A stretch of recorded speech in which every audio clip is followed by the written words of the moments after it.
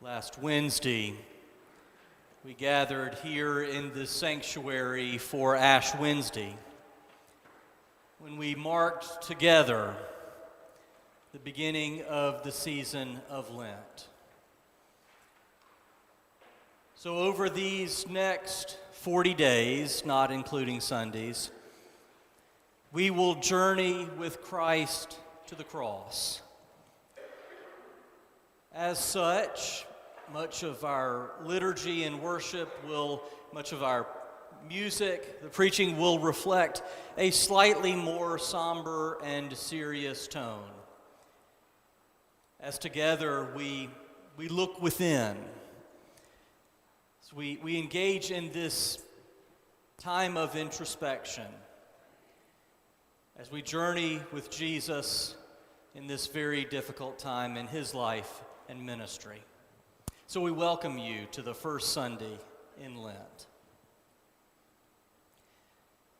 I'm reading a good book entitled Open Secrets by Rick Lisher, a retired professor at Duke University's Divinity School.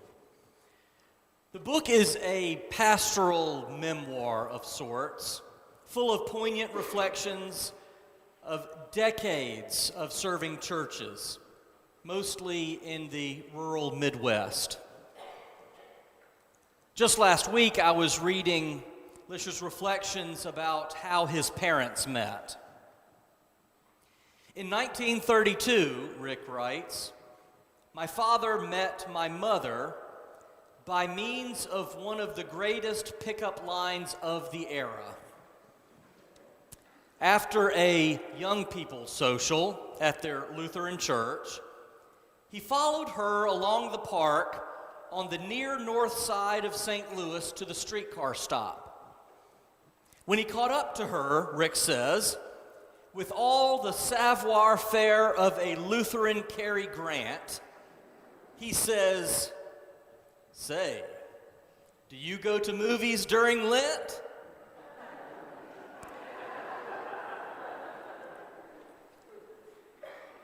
Rick says that he sure is glad that 76 years ago, even rigid church regulations did not prevent an independent-minded woman with bobbed hair from saying yes to an interesting man with a green fedora." And I know there's a larger part to that story, but I can't get over Rick's dad's pickup line. "Say, do you go to movies during Lent?" Okay, on the one hand, it's funny.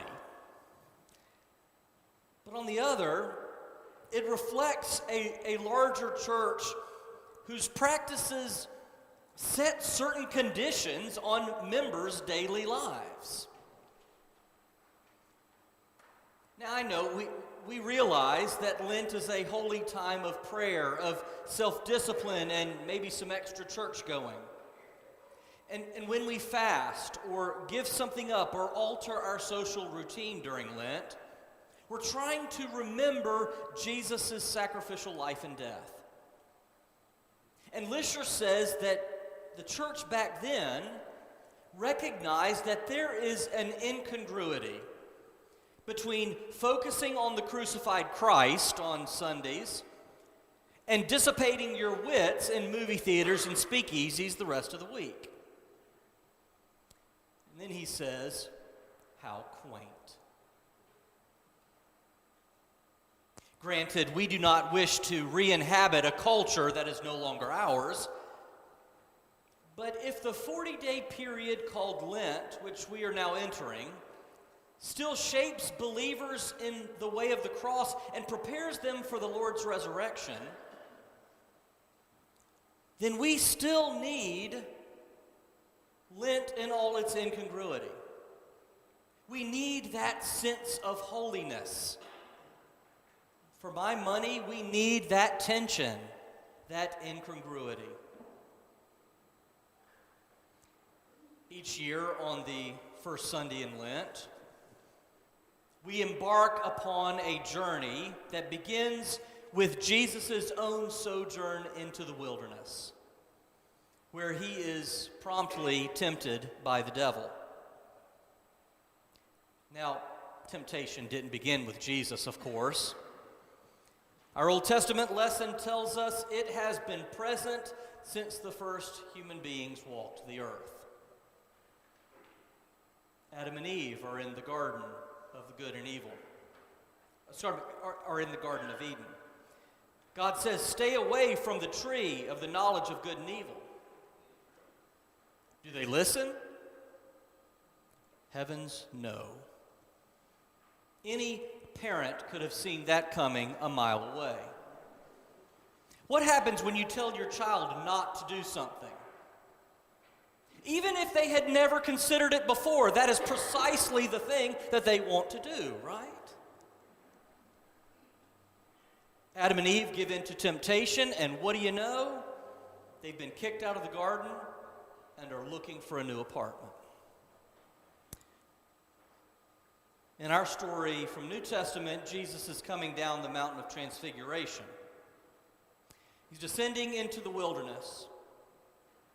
He's there 40 days and nights, we're told, which is Bible talk for a long time.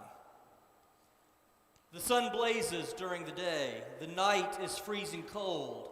The desolation of the wilderness is broken by a visit from the devil, Matthew tells us. And like the Garden of Eden story, Jesus can give in and take the easy way out. He can turn stones into bread to ease his hunger, or he can resist. 3 times Jesus is tempted, 3 times he says no.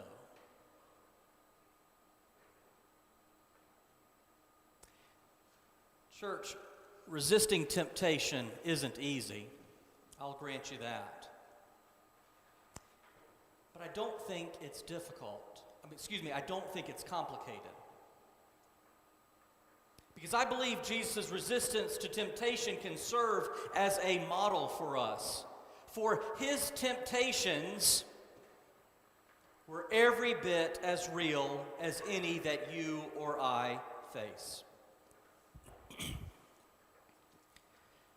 My favorite story about temptation took place more than 12 years ago.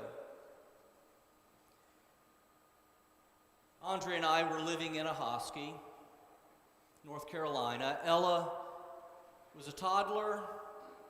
Ashley was on the way. Andrea, at about 9:30, 10 o'clock one evening in mid-November 2007, began to feel a little funny. She said, "Daniel, I think we need to head to the hospital. I think this baby's coming." Sure enough, things started progressing very quickly. Even though the hospital was just around the corner from our house, by the time we got there, Andrea was full on hoo-hoo, hee-heeing. The young lady at the desk checking us in is as chipper as she can be, bless her heart. And she's tapping away at the keyboard. "What are you here for?"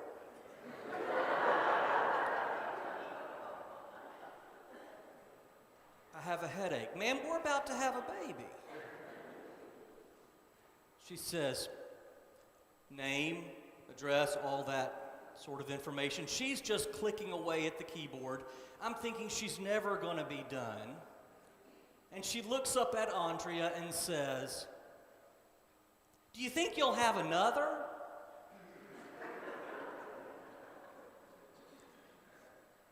Now, friends, I consider myself to be of average intelligence. But in that moment, I had the brilliance to take a step back.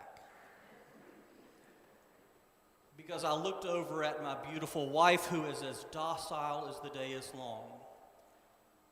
And I thought she was going to knock the taste out of her mouth.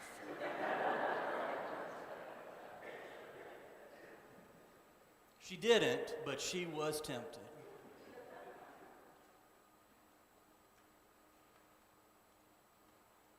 Temptation, resisting it isn't easy, that's for sure. But it's not complicated either. Because ultimately, temptation isn't about cheating on a test, being unfaithful to your spouse, or visiting violence upon the young woman at the hospital. No, in a much larger sense, resisting temptation, I think, is about being clear with who you are. About being clear about the person God created you to be. Resisting temptation is about asking yourself, am I going to be faithful to God, or am I going to be captive to the latest, greatest whatever that comes along? Am I going to be faithful to God, or will I be captive to every desire that passes in front of my face? Will I remain true to the child of God that I was created to be?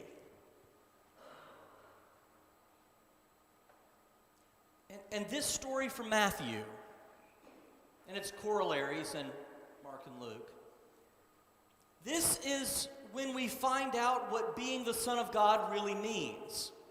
This is the story, as Barbara Brown Taylor puts it, in which Jesus proves who he is. He's not someone who wants to seize power, but rather turn it down. God's own Son will not practice magic or seek protection or political power. He will set his life towards something deeper and more enduring and more fulfilling than his own temporary happiness. His life will be about more than simply taking what he deserves. Dr. Will Willimon is a former Methodist bishop and seminary dean, also at Duke, incidentally.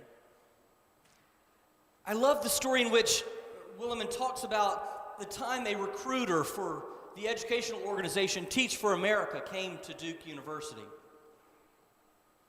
The recruiter told the students, I don't really know why I'm here tonight. You are the best and brightest students. This is one of the finest schools in our nation. You'll leave here to begin prestigious careers, which may earn you great wealth. But our organization would send you to burned-out school in Compton to teach inner-city children biology, or we might send you to a one-room schoolhouse in West Virginia to teach 1st through 8th graders. No prestige in that. Plus, it's dangerous. One of our teachers was killed just last year. I don't know why I'm here. None of you would want to throw your life away on something like that. But just in case, if any of you have at least a passing interest, I'll leave some brochures up here at the front. Thanks for coming anyway. We have some coffee and hot chocolate in the back. She had barely finished her little speech, Willimon says, and begun returning to her little folding chair when the students rushed forward to sign up. Indeed, Willimon says, that evening I learned something profound. I learned that people want more out of life than just happiness. People want to be part of something that's greater than even their own lives.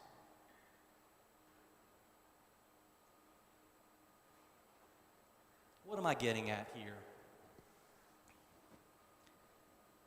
I guess I'm wanting to encourage you not to give in to the temptation to settle.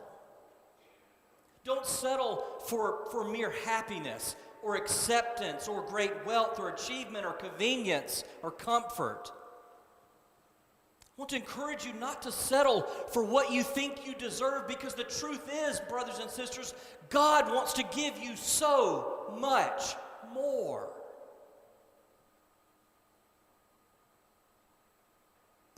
And I believe most of us in this room are like those students the recruiter talked to at Duke University.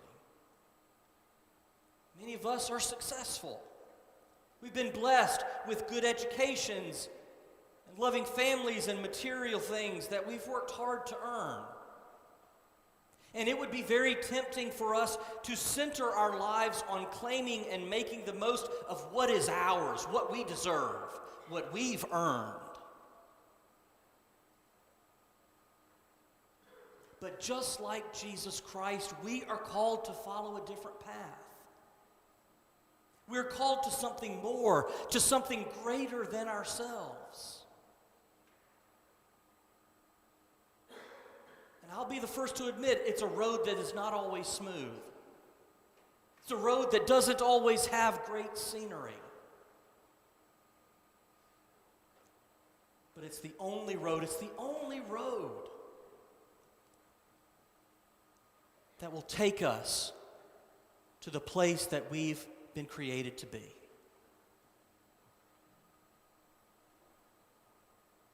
Amen.